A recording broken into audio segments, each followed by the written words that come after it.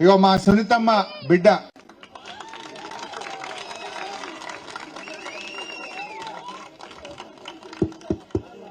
మాగంటి గోపీనాథ్ గారి పెద్ద బిడ్డ అక్షర దిశర ఇద్దరు పిల్లలు కూడా ఇక్కడికి వచ్చారు.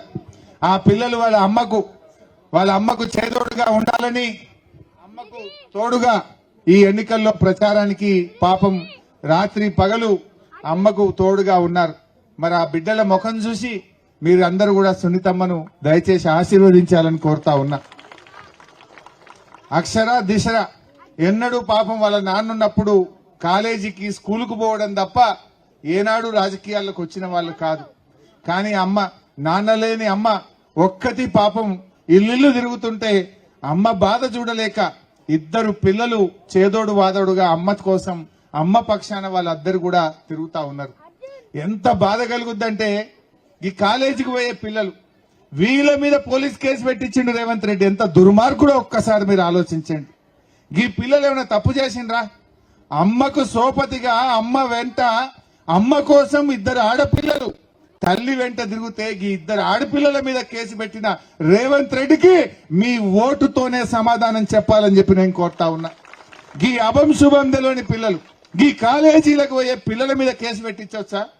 ఏం రాజకీయం అడుగుతా ఉన్నా రేవంత్ రెడ్డిని? దమ్ముంటే నువ్వు పనితనంతో గెలువు.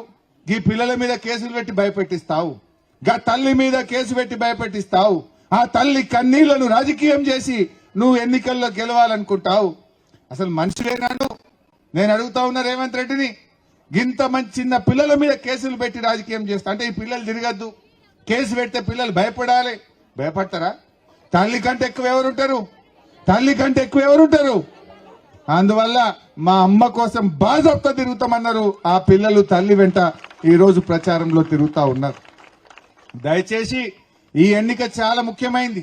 సునీతమ్మకి ఎంత ముఖ్యమో 4 కోట్ల ప్రజలకు కూడా అంతే ముఖ్యం. 4 కోట్ల ప్రజలకు మేలు జరగాలంటే, మన హామీలన్నీ మనం సాధించాలంటే రేవంత్ గట్టిగా బుద్ధి చెప్పాలి. రేపు మేము అసెంబ్లీలో లేచి అడగాలన్నా వద్దా మీకోసం? ఇప్పుడు జూబ్లీ హిల్స్ లో బై ఛాన్స్ ఒక్క మాట అంటున్నా, రేపు తప్పిపోయి గాని ఆ గుండాగాడ్ ఆయన గెలిచిండనుకో కాంగ్రెస్ ఆయన ఏమంటాడు రేవంత్ రెడ్డి? మేమేమయ్యా నువ్వు అంబేద్కర్ నగర్ గులగొట్టద్దు, హైడ్రా బంద్ చేయన్నామనుకో, అరే నేను గులగొడతా అనగా నాకే ఓట్లేసి బరాబర్ గులగొడతా అనడా? అంటాడా? మేము అడిగితే ఏమంటాడు? నువ్వు మస్తు చెప్పినావు, నువ్వు చెప్పినా నాకే వేసి నేను బరాబర్ గులగొడతాను అనడా? హైడ్రా పెట్టి పేదల బతుకులు ఆగం చేయడా? మరి హైడ్రాలో ఎందుకు పొంగిలేటి శ్రీనివాసరెడ్డి మంత్రి గులగొట్టాడు?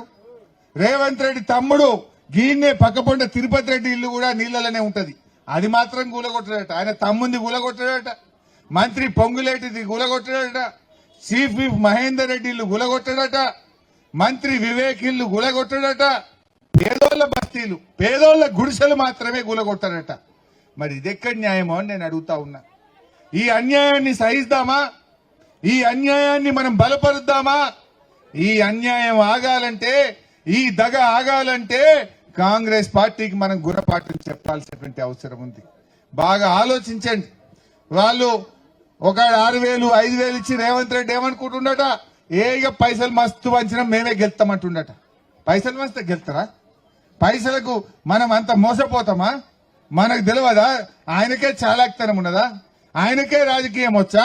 సీరలు వంచినా పైసలు వంచినా ఇక నాకే పడతాయి, ఇక నేనే గెలుతా, ఇంకేమన్నా ఉంటే పొద్దుగాల దొంగ ఓట్లు వేసుకుంటాడట. బాగా ఆలోచించండి. రేవంత్ రెడ్డిని కుక్క కాటుకు చెప్పు దెబ్బలాగా ఆయన జిమ్మిక్కులకు మీరందరూ కూడా సమాధానం చెప్పాలని చెప్పి నేను కోరుతా ఉన్నా. ఈ ఎన్నిక చాలా ముఖ్యమైనటువంటి ఎన్నిక, రాష్ట్ర భవిష్యత్తుకు అత్యంత ముఖ్యమైనటువంటి ఎన్నిక.